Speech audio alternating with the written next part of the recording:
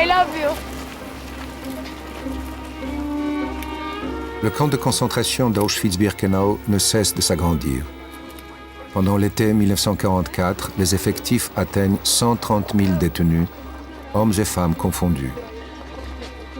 Ceux qui ont la chance d'avoir une fonction, d'obtenir un meilleur poste, ne meurent pas de faim. Ils travaillent dans les hôpitaux, les cuisines, les entrepôts. Ils sont greffiers ou coursiers. Dans ces conditions, l'amour pouvait naître. Le récit de la passion de Mala Zimmerbaum et de Edek Galinski fait partie de ces histoires.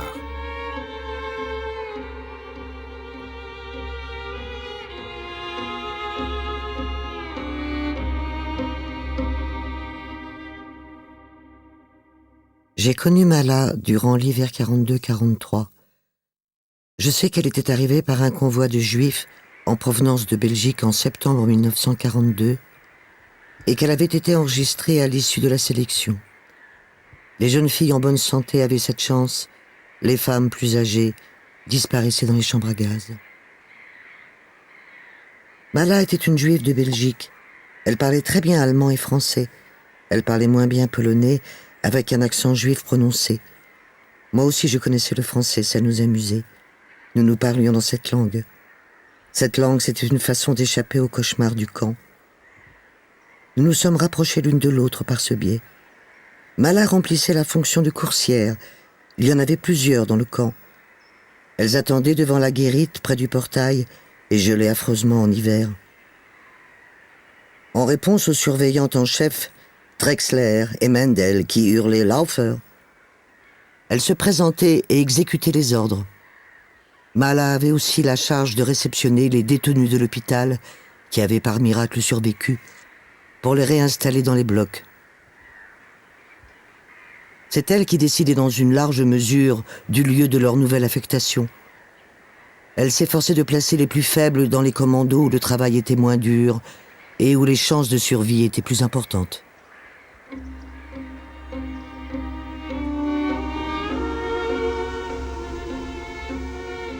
Pendant le printemps 1943, j'étais alitée, extrêmement malade dans le baraquement numéro 23 de l'hôpital. J'avais le typhus.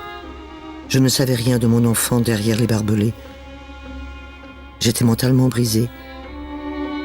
C'est alors que Mala m'a rendu visite. Elle m'a apporté une photographie de ma fille. C'était interdit. Nous recevions des lettres, mais pas de photographies. En ce temps-là, j'étais affreusement affectée par la vie du camp, brisée. J'avais appris la mort de mon mari fusillé. Je ne pouvais plus vivre. Je n'aurais certainement pas survécu sans cet événement. J'ai tout simplement guéri. Je lui ai demandé, je l'ai supplié de me laisser cette photographie. Elle m'a promis d'essayer. Elle l'a remplacée par une autre dans les dossiers et m'a apporté la photographie de ma fille.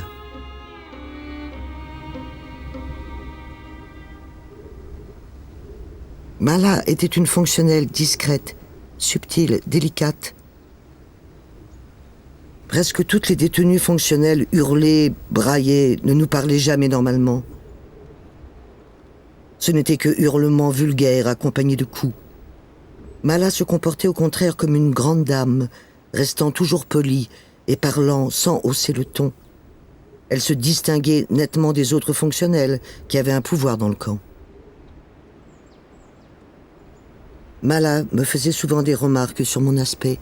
« Prends soin de ton apparence, tu dois te laver. » En ce temps-là, il n'y avait encore ni eau ni lumière à Birkenau. Il n'y avait que de la boue, des poux, le typhus et des cadavres. Je me suis plainte de mes jambes lourdes à cause du typhus. J'étais faible.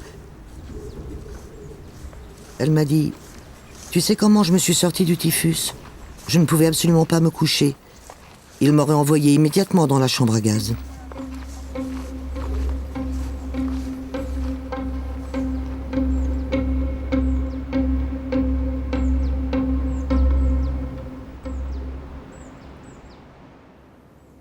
Les appels s'éternisaient.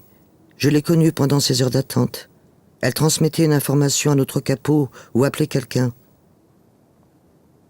On voyait grâce à elle qu'il était possible de bien s'habiller dans le camp, en civil. et d'avoir un accès aux zones qui nous étaient interdites. Mala ne suscitait pourtant aucune jalousie, bien au contraire. Elle donnait de l'espoir, montrait que l'on pouvait échapper à sa condition. Un joli minois, Mala, et puis cette vie en elle, toujours porteuse d'une information importante, que les Allemands perdent la guerre, qu'ils viennent de subir une défaite, cela nous donnait du courage. Nous l'adorions.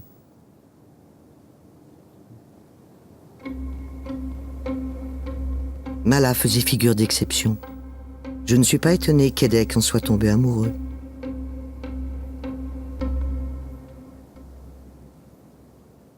Edek Galinski était extrêmement beau garçon, viril, courageux, aimant le risque. Il était devenu un homme dans le camp. Nous avions été déportés à Auschwitz par le premier convoi. Edek avait reçu le numéro 531, moi le 290. Je le rencontrais souvent.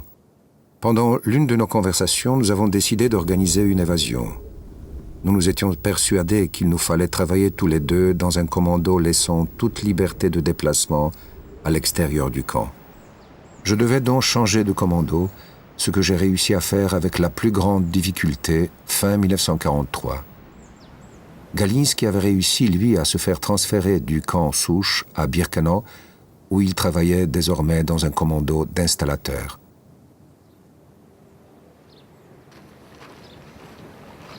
Nous nous rencontrons dans la rue principale du camp et je lui demande « Mala, comment ça va ?»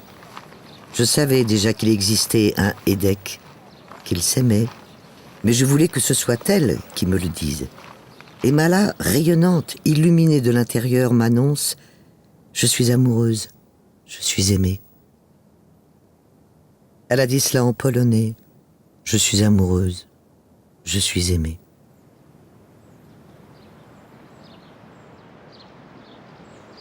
Cela semblait impossible dans le camp, avec toutes ces cheminées fumantes. Certains jugeaient même cette situation de mauvais goût. Pourtant, la vie, c'est la vie. Ils se désiraient l'un l'autre.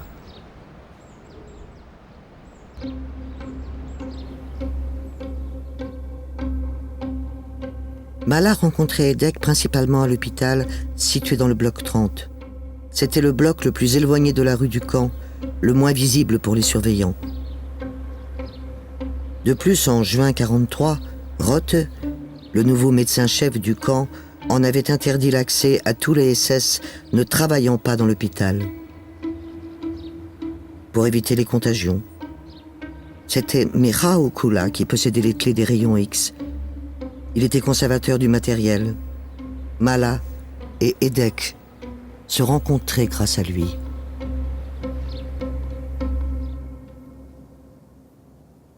J'ai rencontré Mala une nouvelle fois. Elle voulait que je lui fasse son portrait pour l'offrir à son amoureux.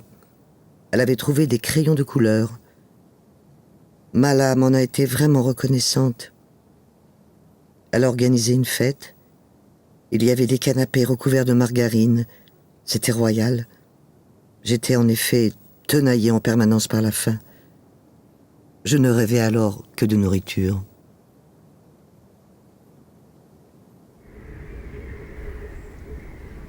Pendant l'hiver, au tournant des années 43-44, nous pensions de plus en plus avec Edek à nous enfuir. Il nous semblait que le mieux serait de s'évader en uniforme SS. J'ai commencé à nouer des contacts avec des SS, des contacts strictement commerciaux bien sûr, dans l'idée de les utiliser pour la réalisation de nos projets. Les tractations duraient et Galinski commençait à s'inquiéter. Un jour, il a annoncé que son chef de commando, le SS Lubusz, fournirait lui-même des uniformes. Je me souviens bien du caporal SS Edward Lubusz, originaire de la ville polonaise de Bielsko. En étant d'ébriété, il chantait souvent l'hymne polonais « La Pologne n'est pas morte ».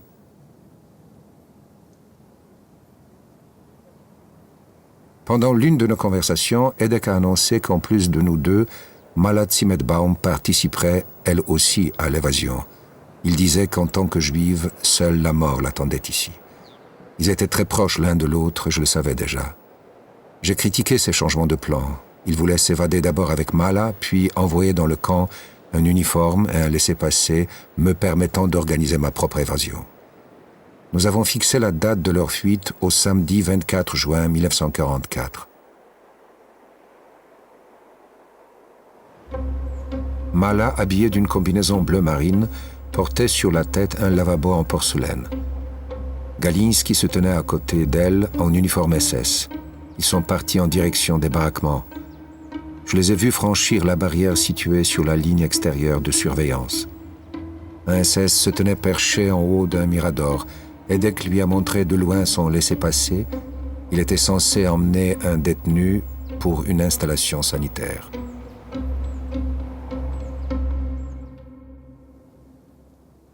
J'ai entendu la sirène. Il manquait quelqu'un dans le camp des hommes. Puis il s'est avéré qu'il manquait aussi quelqu'un dans le nôtre.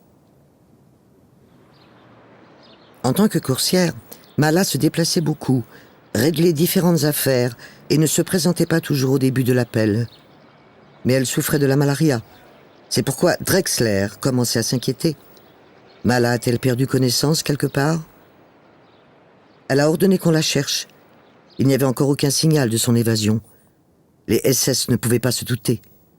Personne n'aurait pensé qu'une personne aussi connue ait pu s'enfuir. L'appel a duré très longtemps. Nous attendions la suite des événements. Les sirènes se sont enfin mises à hurler. La joie nous a envahis lorsque des coursières slovaques, des amis de Mala, ont annoncé qu'elle s'était évadée, probablement avec Edek.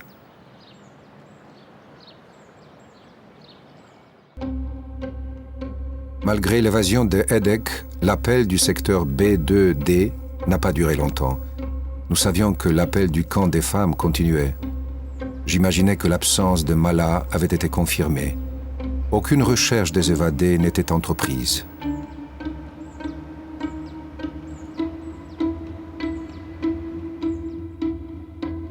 C'était extraordinaire.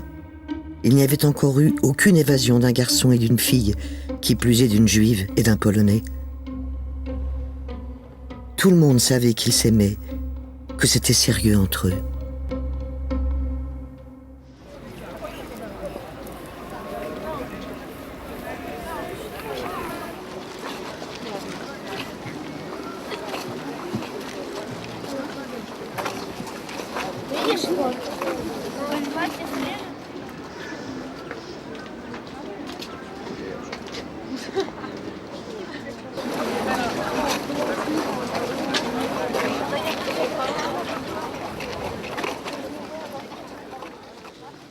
Edek a agi noblement. Il n'a peut-être pas été très fair-play avec moi puisqu'il m'a informé au dernier moment de la présence d'une troisième personne, Mala, dans son plan d'évasion, mais il voulait lui sauver la vie.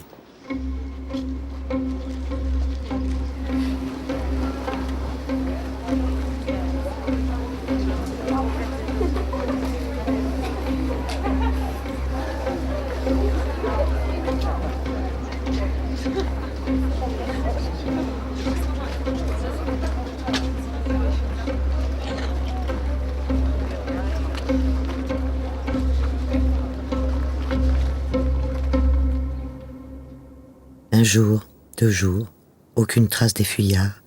Il était donc possible de posséder les Allemands. Il était possible de sortir de là. Pendant un certain temps, nous n'avons rien su d'eux, jusqu'à une information selon laquelle Edek et Mala avaient été arrêtés.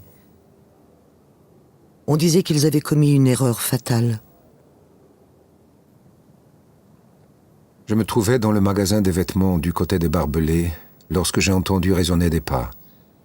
J'ai vu 2 civils allant l'un à côté de l'autre, mais à une certaine distance, escortés par un SS. C'étaient eux. On les conduisait du portail jusqu'au bloc 11.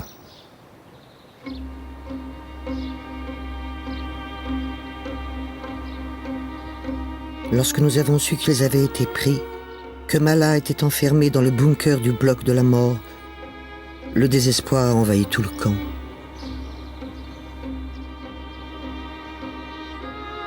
J'avais été enfermé dans une cellule collective du bloc 11. J'y ai rencontré Edek. Il m'a raconté son évasion. Ils avaient atteint la frontière slovaque. Mala était chétive, de faibles conditions. Tout cela la fatiguait énormément. Elle a voulu acheter quelque chose en échange de l'or qu'ils avaient pris dans le camp. On l'a remarqué et dénoncé aux Allemands. Ils s'étaient jurés de ne jamais se séparer et que, s'il le fallait, ils mourraient ensemble. Il est entré dans le magasin pour la chercher. Un policier de la Gestapo questionnait Mala. L'Allemand a ordonné à Edek d'enlever son chapeau. Sa tête rasée a trahi son identité de détenu évadé.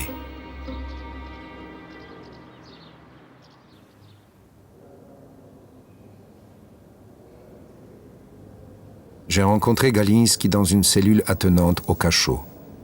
Nous y sommes restés pendant 10 jours. Il était renfermé, silencieux. Chaque soir, il se levait et sifflait une jolie mélodie, le visage collé à une fente de la porte. La même mélodie sifflée par Mala lui répondait de l'autre extrémité du bloc 11. Ils se témoignaient leur amour de cette manière, dans la cellule de la mort.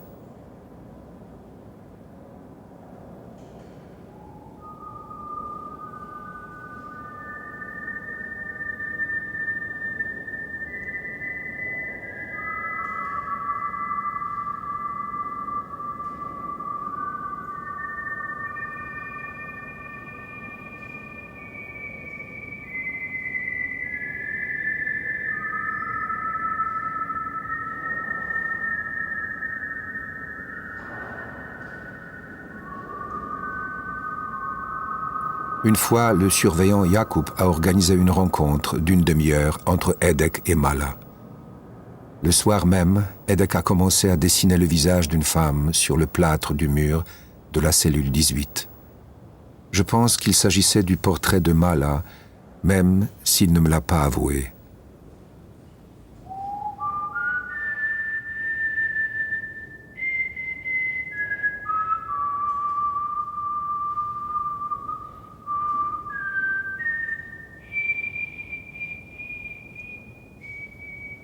Ils s'étaient enfuis le 24 juin. Ils avaient été repris le 6 juillet. La sentence est tombée le 15 septembre.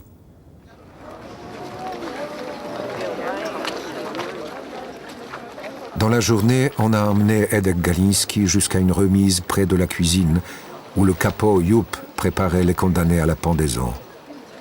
Avant qu'il ne lui lie les mains, Edek lui a demandé un papier et un crayon pour écrire une dernière fois. Jupp a accepté. C'était Jupp, le sanguinaire, un voyou qui se défoulait sur les détenus. Cette fois-ci, il s'est comporté comme un gentleman. Il lui a apporté du papier. Edek n'a pas beaucoup écrit. Il a déposé des mèches de cheveux coupées et signé de son nom et prénom, puis a ajouté ceux de Mala Zimmetbaum avec son numéro de matricule. Jupp m'a remis ce mot.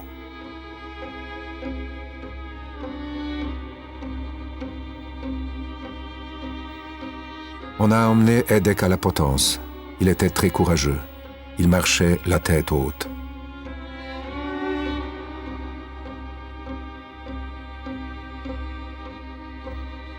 Il a dit seulement « Vengez-moi, les amis ». Il est monté sur le tabouret. La sentence était lue en allemand et en polonais, mais avant qu'il n'ait terminé, Galinski a plongé la tête dans le nœud coulant et sauté du tabouret. Jupp s'est précipité immédiatement sur Edek et l'a libéré de la corde tout en le replaçant sur le tabouret. La sentence a de nouveau été lue. Avant que les derniers mots n'aient été prononcés, Edek a hurlé « La Pologne n'est pas… » Le mot de l'hymne « morte » lui est resté dans la gorge, car Jupp a fait trébucher le tabouret. Ça a été alors le silence.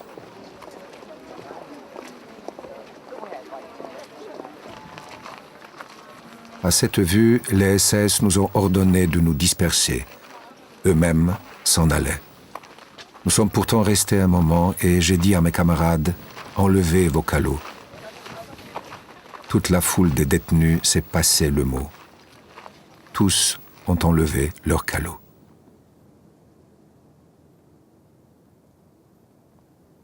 Un appel a été effectué avant même que les commandos ne reviennent.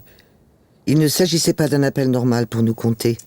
Ils ont rassemblé toutes les détenues qui travaillaient à l'intérieur du camp, dans les bureaux, les ateliers d'emballage, les intendances, les magasins de vêtements. Un SS se tenait à côté de Mala, petit, le visage basané. Il s'appelait Ruiters.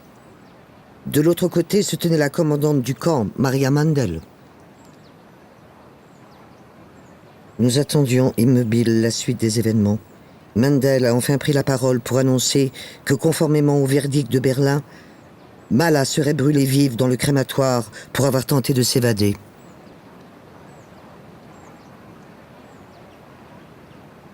Elle a dit « Nous réglerons de la même façon le compte de quiconque osera s'enfuir du camp comme Mala. » Pendant l'avertissement de Mandel, Mala a imperceptiblement saisi un objet enroulé qu'elle tenait dans la main. En toute sérénité, elle s'est taillé les veines du bras gauche avec la main droite. Je regardais, stupéfaite, son visage pâlir. C'était la première fois que je voyais quelqu'un se couper les veines. Je pensais qu'il faut se tailler le poignet, mais c'était au niveau du coude qu'elle a coupé.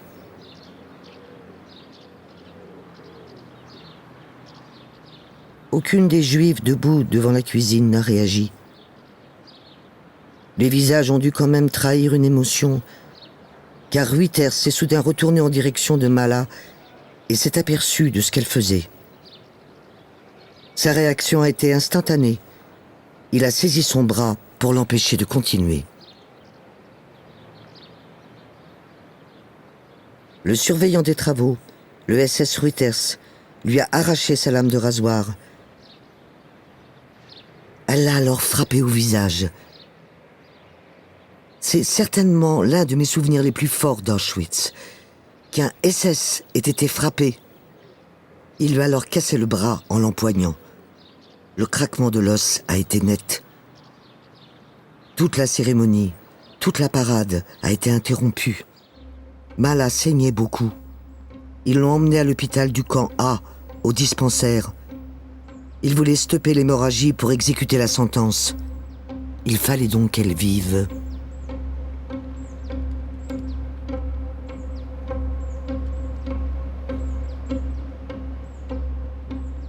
Une détenue l'a portée ensanglantée jusqu'à l'hôpital. Les médecins, les infirmières se massaient autour d'elle. Elles lui ont bandé le bras, mais il n'était plus question de la sauver. Tout était fait plutôt pour éviter de la sauver.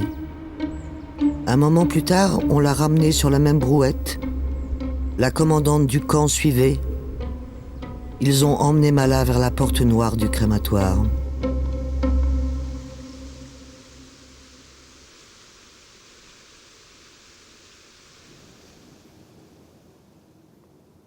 Au sujet de ce qui s'est passé ensuite dans le crématoire, 3 versions ont été propagées.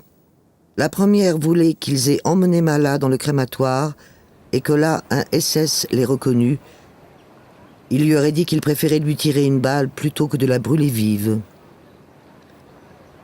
La deuxième version sous-entendait que ce même SS lui ait donné du poison.